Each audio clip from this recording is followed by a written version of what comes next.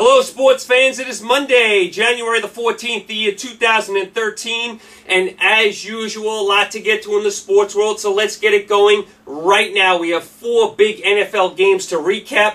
Let's start in Denver, where the Baltimore Ravens, in overtime, beat the Broncos 38-35 in an improbable win for Baltimore.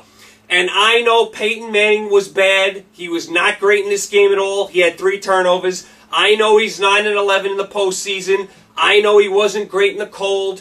I know Denver was too conservative at the end of the half and at the end of the game. I know they missed a big field goal in the second quarter that led to a Baltimore touchdown. I understand all that. I know the refereeing was atrocious in this game. There were penalties all over the place. I know Fox is a GOAT. I know Champ Bailey's a GOAT. I know the Bronco defensive coordinator is a GOAT. I know all of that. It comes down to this. The Denver Broncos were winning 35-28 with 30 seconds left in the game, and they allowed a 70-yard bomb from Flacco. They let a receiver get down the sidelines and behind the defense. The cornerback lost. The safety even more lost than the cornerback. Both of them just mess up the play completely. Baltimore sneaks in the end zone. From there, they win the game in overtime off the Peyton Manning interception. The game, to me, came down to one play. I know there are a million things you can discuss here. I know Manning wasn't good. I know the play calling wasn't great. Did Manning ever throw the ball down the field once the whole game? He was throwing 2-yard passes, 1-yard passes. I mean, it was dink and dunk the whole game. Having said all that, the Broncos still should have won the game. They're up 35-28. They actually had the ball with 2 minutes left, couldn't get a first down, had to punt it away. An atrocious punt, by the way, that ends up going to the 23 from around midfield. The punter was punting from around midfield, only kicked the ball about 30 yards. There you got to pin the guy back inside the 10 if you can. Terrible punt. And they let Flacco step up, and Flacco's got a big arm, and he fires a ball down the right sidelines. And what in the world is the Denver secondary doing? The cornerback for Denver is running with the Baltimore receiver. He all of a sudden lets him go for no reason at all, just lets him go. Should have been running with him the whole time. And then the safety, he's not back far enough. He goes to intercept the ball. Why he's trying to intercept it, I don't know. Just knock it down. He mistimes his jump. Ball goes over his head. Ravens catch it, run into the end zone, tie the game. And from there, in overtime, Manning with the horrendous pick as he's rolling right, trying to throw the ball across the middle of the field. Picked off. The huge field goal by Baltimore, 47 yards to win the game. A very clutch kick, by the way. And Baltimore with an improbable win. And Denver, what in the world are they thinking right now, Denver? Denver has to be heartsick over this game. They had this game in the bag. I mean, John Elway, what is he thinking right now? How do you think John Elway's cornflakes tasted Sunday morning after having an atrocious loss like that on Saturday? I mean, he must be sick. The Broncos must be sick to their stomach. Their fans, how do you recover from a game like that? This is a game that will live in infamy. It was that bad of a collapse. An atrocious job by Denver. And a lot of people take the blame. Not only the safety for Denver, not only the corner for Denver, not only Manning.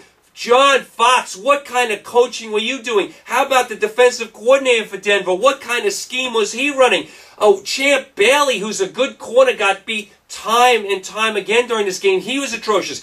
Denver's in-game adjustments, they didn't do anything to help Champ Bailey. They left him on an island. He kept getting beat time and time and time again during the game. I mean, Denver, an atrocious job with their play calling. Manning never threw the ball downfield one time. And I'll say this about Peyton Manning. He could very well be the best regular season quarterback. He's shaky in the playoffs. I'm sorry. I know he's got a Super Bowl.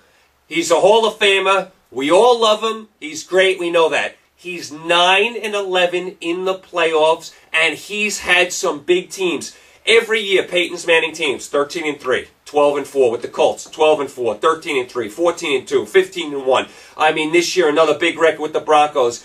And Manning has only won the Super Bowl once, been to the Super Bowl twice, lost one to New Orleans.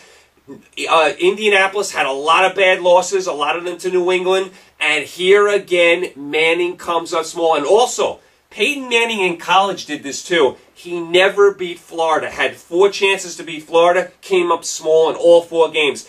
Peyton Manning is a great regular season quarterback. He's not a great postseason quarterback. He takes a step back in the postseason. And his brother Eli, not a great regular season quarterback. He steps up his game in the postseason. And I'm sorry, I know Bronco fans are not going to want to hear this. Peyton Manning has not been a great postseason quarterback. You saw it here again this week. 3 turnovers, including that horrific turnover in overtime. The game, even though the Broncos let it slip away, Peyton Manning could have bailed them out. They had the ball. They only need a field goal. It's 2nd down and 6. Peyton Manning flushes to his right. I don't know why he did that. I thought he could have went to his left. Instead, he goes to his right. What you want to do there if no one's open, just throw the ball out of bounds. You have 3rd and 6, live to fight another day. What does he do? He throws the ball across his body into the middle of the field. A cardinal sin. A cardinal sin. You never do that in any level of football. Baltimore's sitting there for the interception. That cost him the game right there. I mean, just an atrocious job by Denver, and I still cannot believe that they let a guy with 30 seconds left and the clock running get behind them 70 yards down the field. A high school team could have played that better. A junior varsity team could have played that better. I could have taken a couple guys off the street and played that play better. How in the world do you not trap all the way back there? The clock was running at 30 seconds, and Baltimore was at their 30-yard line. Their 30-yard line. You can't let a game get away like that. It's almost like the Immaculate Reception. It was that bad. I mean, Denver, awful, atrocious loss by Denver. And remember, Peyton Manning is getting up there. How many more times is he going to get to this point? You can't afford to blow chances like this. Awful job by Denver. Now, I've gone on off about Denver. I have to give Baltimore some credit. Baltimore hung in this game. They overcame 2 kickoff returns. Do you realize Denver started the game with a huge punt return, and then in the beginning of the second half they had a huge kick return? When do you get 2 kickoff returns at home and lose? Baltimore on the road gave up 2 kick returns and won. Tremendous job by Baltimore hanging in there. They never gave up. Even with 2 minutes left in the game, Denver had the ball up 7. Baltimore made a big stop. In overtime, Denver had the ball twice with a chance to win. Baltimore made 2 big stops. Give Baltimore credit. Give Flacco credit. I've been on Flacco. I've been on the Ravens saying they're not a good road team. They stepped up here. Flacco really showed me something hanging in this game. And how about Ray Lewis? Is this destiny for Ray Lewis? Is this destiny he gets to the Super Bowl this year? Is there something in the cards here? I mean, we've seen runs like this before. Remember Bettis his last year when the Steelers had that magical run and won the Super Bowl? Is that what's going on here? Ray Lewis should have been out for the year with that tricep injury. That's a serious injury. He's out there making 15 tackles a game. Flacco, tremendous. I like what Baltimore did on offense. I like the receivers getting involved in the game. I like the play calling. I mean, obviously, Baltimore's got some things to work on. Number one, their special teams. You can't be giving up crazy kickoff returns like that in every game. That's going to burn them after a while. I mean, their defense isn't what it used to be, but they do play hard all the time. Tremendous win by Baltimore. I mean, you can't give them enough credit. They didn't hang their heads. They didn't give up. They hung in the game, and they pulled it out. So a nice job by Baltimore and Denver. And their fans must be sick. I mean, it's 2 days later. If I was a Bronco fan, I would be heartsick for the rest of the offseason. I don't know how you get over a game like this. This is a game you have in the bag. You work the whole regular season. You get a big record. You get a bye week. You have a game in your building. You're up 7 with the clock running at 30 seconds, and the other team is at their own 30, and you allow a 70-yard bomb down the field. I don't know how Denver gets over that. I mean, John Elway must have been sick eating his cornflakes on Sunday morning. So an atrocious job by Denver, and a lot of the blame gets spread around. Manning, Fox, the defensive coordinator, the secondary, the safety, the cornerback, Champ Bailey, awful. I mean, the play calling. Denver, a lot of blame to go around here. So an atrocious, deplorable, despicable, just heart-wrenching, punch-in-the-gut loss for Denver and their fans. I don't know how you get over that. give Baltimore credit. You have to give Baltimore credit for hanging in there. So that's that game. And like I said, Peyton Manning takes a step back in the playoffs. There's no way around it. Takes a step back. He's not the same player in the playoffs as he is in the regular season. I hate to say it, but I have to say it. It's just a fact. All right, so that takes care of that game. Let's go to the Saturday night game. The San Francisco 49ers beat the Green Bay Packers 45-31 in San Francisco. It's funny, this game started off, Kaepernick threw a bad interception. Green Bay ran it back, 7-0 Green Bay. You're like, all right, Kaepernick, he's green, he's a rookie, he's first half year starting. He's going to struggle in this game. What does he do? He plays one of the most amazing playoff games in NFL history. Not only passing, but how about his running? He was like a gazelle running through the Green Bay defense. The guy can fly. He played an amazing game. And I said all year, Green Bay's defense is shaky. They were. I mean, after the turnover, they got shredded. The 49ers just ate them up. What did the 49ers have? 600 yards of offense and a big play in this game. Green Bay up 14-7. San Francisco punts. Green Bay catches it at the 10. Fumbles the ball. 14-7. From there, the Niners tie it. Lights out from there. The Niners took control in the second half and just bombed Green Bay in the second half. I told you I didn't like Green Bay's defense. I wasn't in love with their offensive line. Didn't love their running game. Didn't like their special teams. I mean, we know Rodgers is great and those receivers are great. I saw holes in Green Bay, and they all came to fruition here. San Francisco, a rough, tumble, really gritty team. We were wondering about Kaepernick. So far, so good. Actually, so far, so great. After the interception, he was amazing the other night. San Francisco bombs Green Bay 45-31. Let's go to your Sunday games. The Atlanta Falcons at home beat the Seattle Seahawks 30-28. What a wacky game. Atlanta's up 20-0. They're up 27-7 in the third quarter, dominating the game, doing whatever they want on offense. And what happens? They get a little conservative, and Seattle's offense starts flying around. Seattle reels off 3 touchdowns in a row. They go up 28-27 with just 30 seconds to go in the game. I mean, just unbelievable that Seattle got it to that point. Tremendous rally by Seattle. Their offense was really clicking at the end of the game. So Seattle's up 28-27. Atlanta gets the ball back, and Matt Ryan, as Matt Ryan has done all year in the Georgia Dome and throughout his career in the Georgia Dome during the regular season, now he's done it in the playoffs, leads the team down the field for the game-winning field goal. First play up to midfield, second play Gonzalez to the 32. From there, a field goal. The first field goal is actually no good, but Pete Carroll calls timeout, so Atlanta gets another chance. They hit the game-winning field goal. Pete Carroll was complaining that no one called timeout, yet on the replay, he's clearly telling the referee he wanted a timeout on that first field goal, so I don't know what Carroll's problem was. But Matt Ryan, and I'll tell you, Matt Ryan and the coach of Atlanta got off the hook, because if they lost this game, Atlanta fans would have killed them. Atlanta needed to win this game. I mean, they needed to win this game the worst way. Matt Ryan needed to win this worst way, and they pulled it out at the end. And I've seen Atlanta do this so many times this year. I remember one game this year, Atlanta was at their own 1-yard line with time running out, and somehow in like 2 plays got down the field for field goal and won the game. So Matt Ryan has a knack of leading his team back. It was very important Atlanta had a timeout there as well. They were able to stop the clock. They got Gonzalez down the middle of the field, were able to stop the clock to get that game-winning field goal. So tremendous comeback there by Atlanta. They almost let it slip away. They got conservative. Didn't like what I saw from their defense with Seattle constantly going down the field and scoring. Abraham went out with the injury. Watch for his injury next week. Abraham's a very important part of that Atlanta defense. Have to have him on the field. He came out yesterday, didn't play much, didn't play at all, a couple weeks ago when he got hurt. Keep an eye on that Abraham injury. That's a big one, and it really came into effect yesterday because Seattle was doing anything they wanted on offense.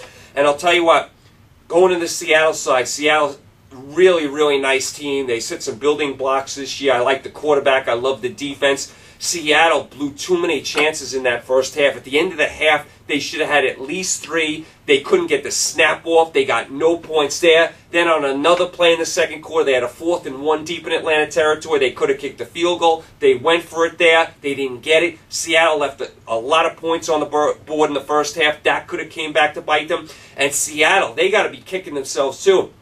They have the lead, and they let Atlanta in 2 plays get down the field. If you're a big-time defense, and I love Seattle's defense, and they didn't have Clemens yesterday, I understand that. You can't let the team go down the field in 2 plays like that. You just cannot let that happen.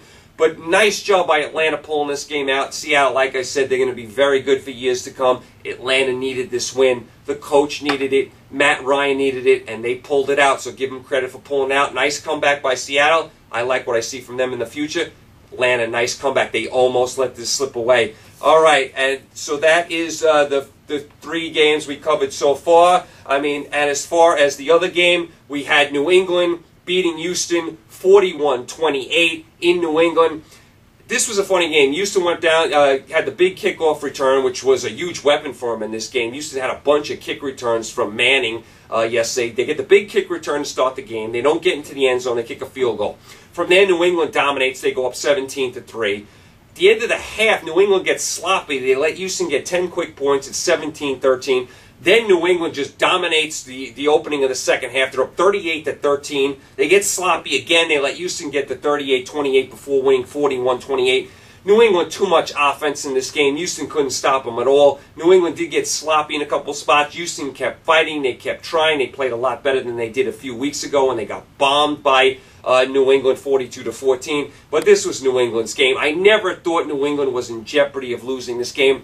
I don't love New England's defense. They have been playing a little better. There are holes in that defense. They're not as bad as they were in the beginning of the season. But, I mean, they are a tremendous offensive team, New England. They do whatever they want on offense. They're well coached. And New England, it's funny, Gronkowski goes out of the game, re-breaks his arm, so that's a loss for them. They just keep plugging guys in. Oh, this guy's hurt, let's plug in that guy. This running back's hurt, let's plug in him. And they all seem to do their job. That's what Belichick's good at, plugging in people. I mean, Gronkowski went out of the game. You think that's going to be a big loss on offense? They still put up 41 points. So just a nice job by New England. Houston did get a playoff win last week. That was good for Schaub and Kubiak. They still need a lot of work, though. I mean, Houston was built to win big this year. They really fell back at the end of the year. They did win 1 playoff game. They hung on and beat Cincinnati. They still have a lot of work to do. I still don't know about Schaub as an upper echelon quarterback. He's good, but can he be great? Still don't know about Kubiak. Is he a great coach? Need a lot of work still, Houston, especially since they're ready to win now.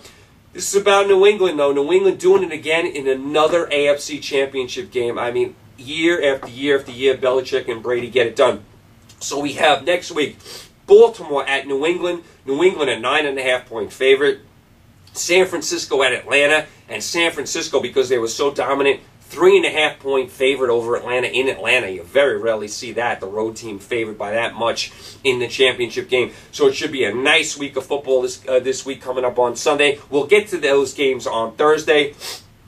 That is your football. By the way, 2 quick things.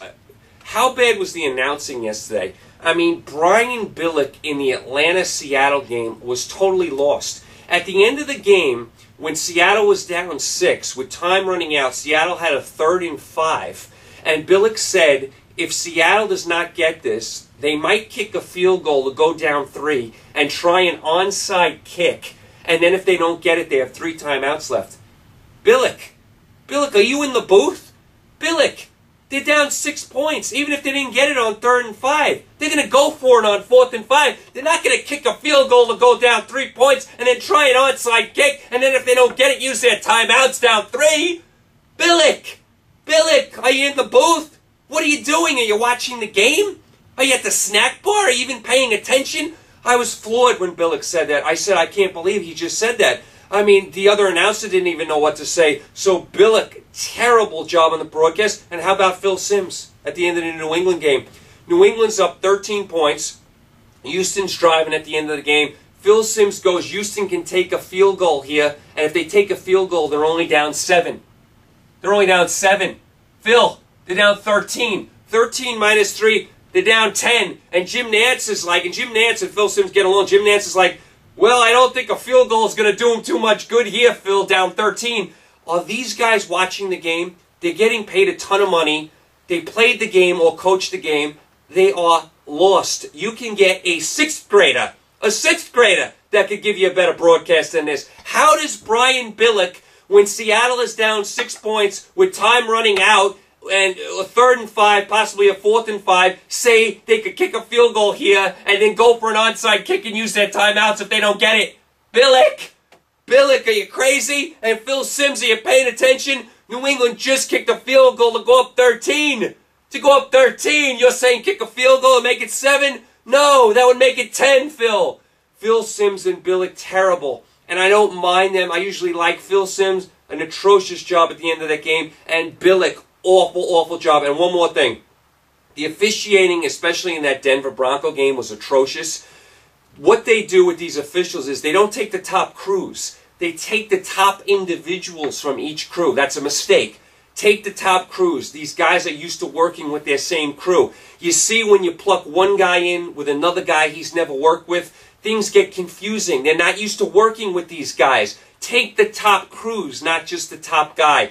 Terrible officiating, especially in that Denver Bronco game. The Ravens got an atrocious call when that game was 28-28 and led to the Broncos score. The Ravens overcame it, but that was an atrocious pass interference call, holding, or whatever they called on that play. Awful call, and that led to the Bronco touchdown, but the Ravens did overcome it. So that's just a few things on the officiating, and Brian Billick and Phil Simms with their terrible announcing at the end of these games. So that's where we are with the football. We'll get back into football on Thursday.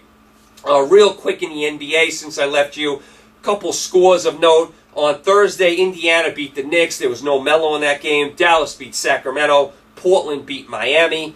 On Friday, Boston beat Houston, Atlanta beat Utah, Chicago beat the Knicks at Madison Square Garden, and Memphis in overtime beat San Antonio. Oklahoma City beat the Lakers, and Golden State beat Portland. On Saturday, Dallas beat Memphis. Dallas finally starting to show some signs of life. They win a couple in a row. The Suns beat the Bulls in Chicago. The Bulls must have had a hangover from beating the Knicks the night before. The Suns are an awful team. Went into Chicago and won. Yesterday, Brooklyn beat Indiana. Brooklyn playing much better. Who else do we have? San Antonio blew out Minnesota. Denver beat Golden State. Denver's a good home team. Oklahoma City went into Portland and won. Tonight in your NBA, you have Atlanta at Chicago. You have Clippers at Memphis. And you have Miami at Utah. A couple games to keep an eye on if you're looking for some NBA to watch. As far as your college basketball, on Thursday, Oregon beat Arizona. Gonzaga beat St. Mary's. Michigan State beat Iowa. Saturday, I called it. You have to give me credit. Go back to my Thursday video. I said NC State was going to beat #1 Duke. They did. They stormed the court. Give me a little credit. I did say NC State was going to win. They got the job done there. I mean, we knew Duke was not going to go undefeated. They have a big injury, too, so they're playing a little short-handed for the next month or so. Indiana beats Minnesota in Indiana. Look for Indiana to go to #1 because all the teams in front of them lost. No undefeated teams left anymore. Syracuse beats Villanova in the Dome. Wisconsin beats Illinois. I don't like what I'm seeing from Illinois lately. They had a nice start. They're starting to slip. Sunday, Ohio State beats Michigan. Michigan had a chance to actually go up 1. They had a three-pointer rattle in and out in that game. So Ohio State beats Michigan. No more undefeateds. Michigan was the last one. Look for Indiana to go to 1. They were 1 earlier in the year. Look for them to go to 1 again. Tonight, if you're looking for some college basketball, you got Big Monday tonight in college basketball. Louisville at UConn is your early game. Nice game there. And the late game, Baylor at Kansas. Kansas, who never loses at home. In their last 101 home games, they are 101. They are a tremendous home team. Always fun to watch a game at Allen Fieldhouse. The fans are tremendous. If you ever, I keep saying it, if you ever have a chance to go to Lawrence, Kansas, and see a Kansas Jayhawk game, please go. You will not regret it. You will have a ball. It's a nice time. The home team usually wins. The fans are great. Really nice atmosphere. So that's a nice game tonight, Baylor at Kansas. So that wraps up today. That wraps up your NFL, little college basketball, little NBA. Tonight, like I said, if you want something to watch in the sports world, you got some college basketball, you got some NBA. We're going to do the football later on Thursday. Tomorrow, I'll probably go through the college basketball top 25 with you. We'll see what's going on there. Wednesday, we'll touch on our NBA. We'll do everything else in the sports world that comes up. You know, there's always something going on in the sports world. So that's where we are today. You guys, thanks for tuning in. Hope you had a nice weekend. You guys stay safe tonight. Enjoy the games. I will talk to you tomorrow, Tuesday. Take care.